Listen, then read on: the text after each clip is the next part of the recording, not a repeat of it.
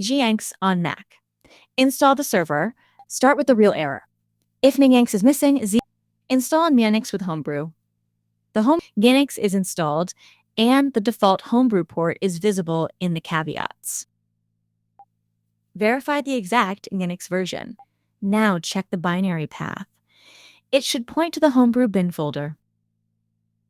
Create a tiny local site with its own config. Write a nginx config with one HTTP server and one The important pieces are the custom port, the web root, and the try-files fallback.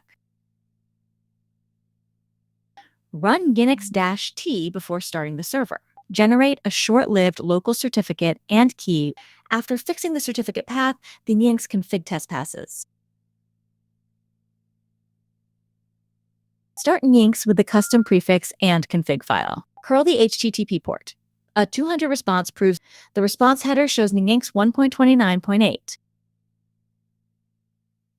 Now curl the HTTPS port with -k. HTTPS also returns 200 OK.